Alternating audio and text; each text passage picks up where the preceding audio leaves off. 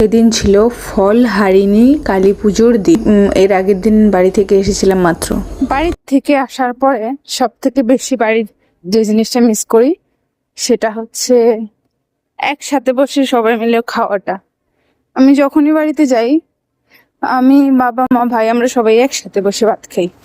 আর আমি স্পেশালি মার সাথে ভাত খাই, মানে আমি বাড়িতে গেলে মা আমাকে খাইয়ে দিতেই হবে। তো এমনিতেই মনটা খারাপ ছিল, সারাদিন টিউশন পড়িয়ে আসতে আসতে মোটামুটি 9টা বেজে গেছিল। তো তারপরে যেহেতু সেদিন কালী পুজো ছিল, তো মন খারাপ যেহেতু মৌমিতা বলছিল যে চলো কালী পুজোর থেকে একটু ঘুরে আসি, তো সেই অনুযায়ী গেলাম আমি, আমার অ্যাডপ্টেড ভাই, তারপরে মৌমিতা আর কিষান। আশা করি এতদিনে মৌমিতাকে তোমরা সবাই চিনে ফেলেছ, তো এখন থেকে কিষানকেও চিনে নাও। কিষান হচ্ছে মৌমিতার বন্ধু, তো ধরতে গেলে আমার আর ভাইয়েরও বন্ধু।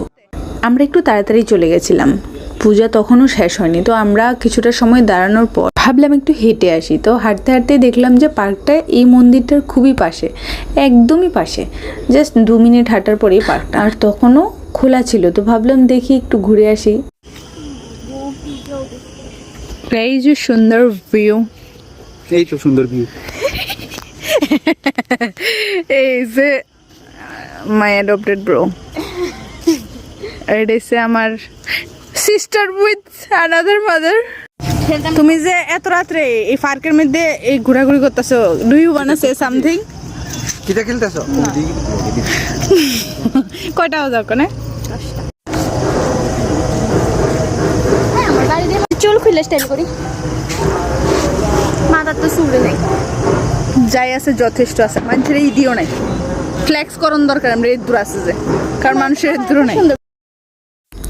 এরপর আমরা জানি না আমরা কি ভিডিও শ্যুট করছিলাম, মানে আমরা একটা রিল শ্যুট করছিলাম যে একটা ক্যান্ডিড আমরা মজা করছি এরকম কিছু একটা, কিন্তু কোনো অংশে এটা ক্যান্ডিড দেখাচ্ছিল না। তো এরপর আমরা একটা আইসক্রিম পার্টি দিলাম, আইসক্রিম খেতে খেতে পুজো মণ্ডপে চলে যাচ্ছিলাম। আবার আমরা এসেছি পুজোর প্রসাদ খেতে, ফল প্রসাদ, ফলাহারি অমাবস্যা। ফলাহারি অমাবস্যা।